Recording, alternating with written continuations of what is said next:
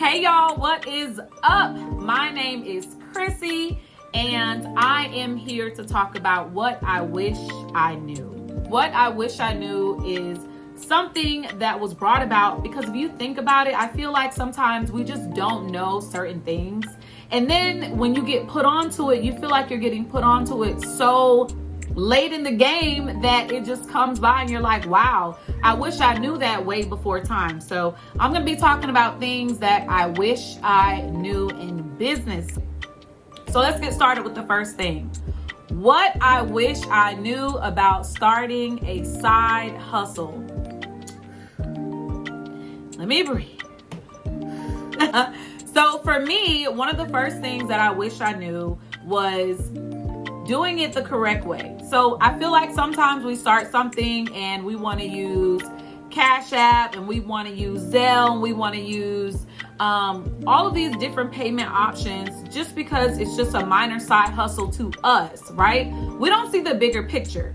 So most of the times we start this side hustle and we don't get started the correct way, which is filing your business entity. The number one thing I wish I did was start and file my business entity earlier on, because I feel like it really sets you up to understand that this will be something long term. If you start doing it backwards and you start hustling backwards and you just start in any business and then, you start taking payment options, you Zelle, all of that money is not really going where you want it to go. What I mean by that is you can get so many different tax write-offs with your business being set up the correct way. So let's say you make $30,000, $20,000, first starting out as a business owner, but you weren't set up the correct way in the beginning, you're losing all of those tax write-offs. Number two, I wish I had someone to tell me, this is a big one. I wish I had someone to tell me a little bit. I gotta get that out of here. I'll take it off. Don't mind the microphone. So what I wish I knew, number two, was having someone to tell me information that I didn't know. Listen, I've started multiple businesses without the knowledge. I wouldn't say multiple businesses, but I've started my first businesses, like starting out like way back when, we're talking like 10 years ago.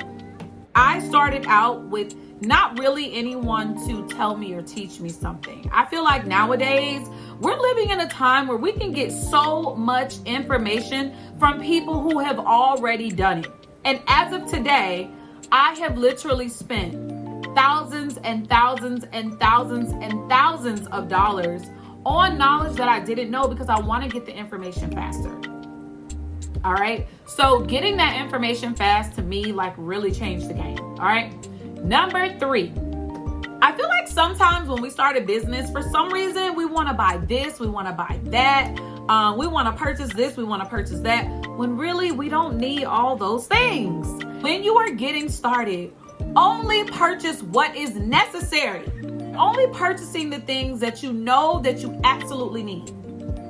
So if you are going to be a famous photographer, you can start off by using a basic camera.